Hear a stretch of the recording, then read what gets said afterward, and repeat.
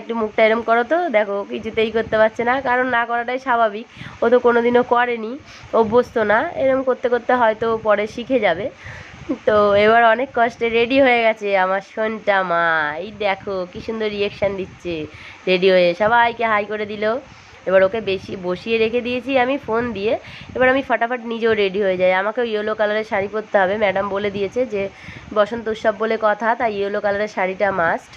তো ফটাফট আমি রেডি হয়ে নিলাম, এবার আমরা বেরিয়ে পড়েছি, কারণ এমনিতেই অনেক দেরি হয়ে গেছে। দেখো চুড়ি টুড়িগুলো পরতে পারিনি, হাতে করে নিয়েই চলে যাচ্ছি, তাড়াহুড়ো ওখানে পরে ফেলবো।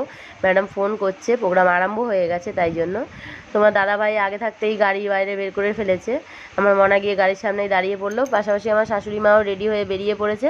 শাশুড়ি মা হেঁটেই চলে যাবে, আমি মনাকে নিয়ে বাইকে করে যাব, বাইকে করে ফটাস করে পৌঁছে গেলাম এইখানে। এই যে এই সেই বজরংবলী স্ট্যাচু, এখানে আমি আগেও তোমাদের ব্লগে দেখিয়েছি।